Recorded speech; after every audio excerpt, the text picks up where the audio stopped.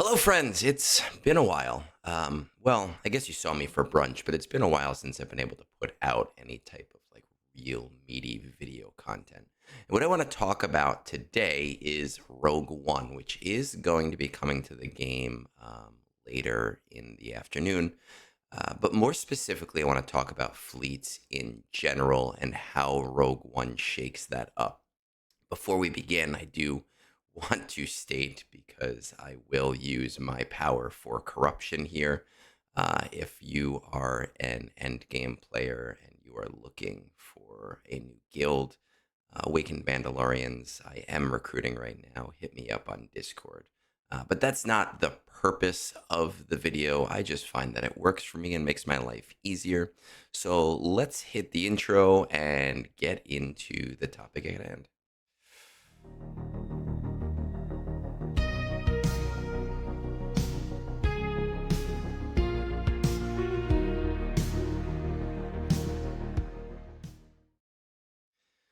All right, so we have Rogue One coming to the game later today, and I have this Era of Deadly Pursuit thing up right now, not because I want to talk about the era, but I want to specifically talk about the fact that we are getting two ships, one right after the other. So this week we will be getting Rogue One, and in 2 weeks we will be getting the Rebel B Wing. Now, what is a Rebel B Wing?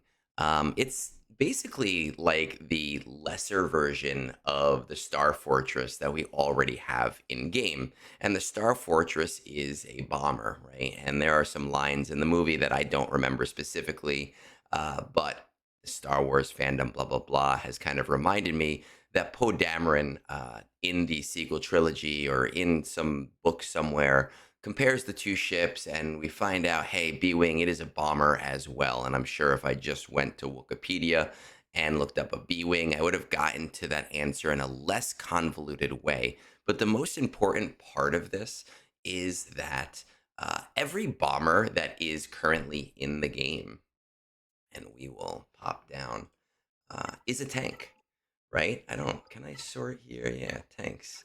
Every bomber is a tank. The Hyena bomber, it's a tank. The Star Fortress, it's a tank. This B-28 thing, bomber, it's a tank. Bombers are tanks, and CG has kind of explained this in a way that does actually make sense, right? Because when we started to get the Star Fortress, and when we started to see more of these tanks coming into the game, and people started to question the logic of bombers being tanks, it did kind of make sense to me when they said, hey, listen, we needed tanks. Bombers are high priority targets, so it made sense for them to have more shielding. Obviously, it doesn't really make sense that we want the heat to be on them, but the other fleet is definitely going to put heat on a bomber. So I'm going to chalk one up there for them. But when it comes to profundity and when it comes to Rogue One, we already have a tank here, right? We have the Rebel Y Wing. And this is where it gets interesting. And I know others maybe have been talking about this. I've been saying it since day one. This Rogue One ship also has, is it here? Ah, there it is. If Profundity is the allied capital ship, reset the cooldown of call reinforcements, and if the enemy capital ship is not Sith, increase download by 20%. If the enemy capital ship is Empire, increase the cooldowns of non-capital ship enemies by 1. Now, we already have that specific call out cooldown of call reinforcements in one of the Phoenix ships. I believe it's Ghost 2. I'm not 100%. Well, now I have to look. Blah, blah, blah, blah. Where is Ghost 2? Nope, not Ghost. It's Phantom 2. Has that same call out. And I just don't see a reason, one, for Profundity to need two strong tanks, or two, for it to be calling reinforcements that quickly. So this second bomber coming to the game strongly implies to me that CG is trying very hard to also make Home 1 a relevant ship. Now, I don't think it's going to put Home One on the same pedestal as the GL fleets. That doesn't make sense. But I do think it is going to be a lifter in the same way that Marauder lifted Negotiator or TIE Defender lifted either one of the Empire fleets, right? Sometimes Executrix, sometimes Chimera, kind of depends on the situation. I think we're in that era of lifters where CG is saying, like, hey, listen, we want you utilizing more of your ship backlog to play the game. We don't want you stuck throwing crap at the wall when you have three capital ships left, but no more ships left to pilot with them. Now, does that mean that the B Wing is going to Profundity and Ghost and Phantom are going to Home One, or vice versa? The B Wing is going to Home One and the two Phoenix ships are staying over here, but the two U Wings are going back to Home One because now you don't need them. I don't know. I have no idea what way CG is going to take this, but I do know we are going to see both Home One and Profundity get some new life breathed into them from this update. So why the video? We know these things, right? I talked about it on Zeta Protocol. I've talked about it with tons of people in the community. I'm sure other creators have talked about this same thing. What I really want to talk about is how players treat their fleets.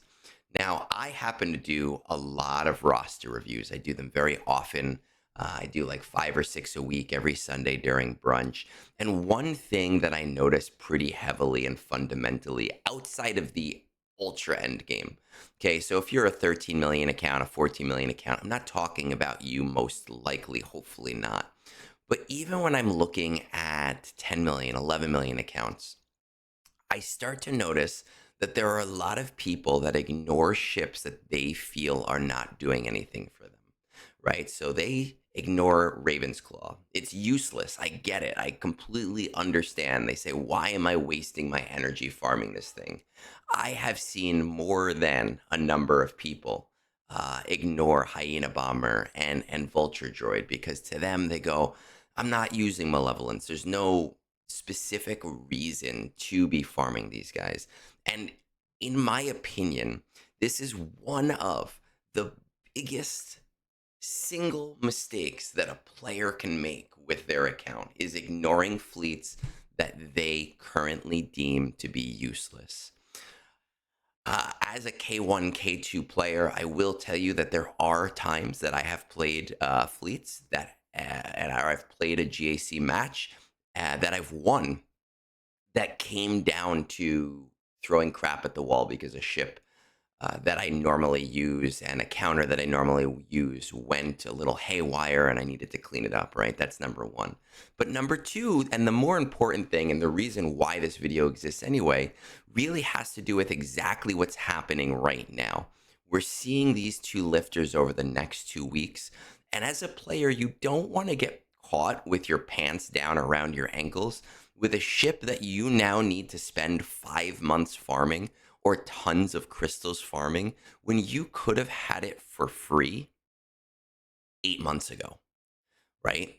So if nothing else, and the thing that I want you guys who are watching this to really understand is it is always a smart idea to prioritize all levels of your fleet, not just the GL ships, not just those ships that do really awesome as soft counters, but even those ships that you deem as like, oh, this is not really that great for me right now.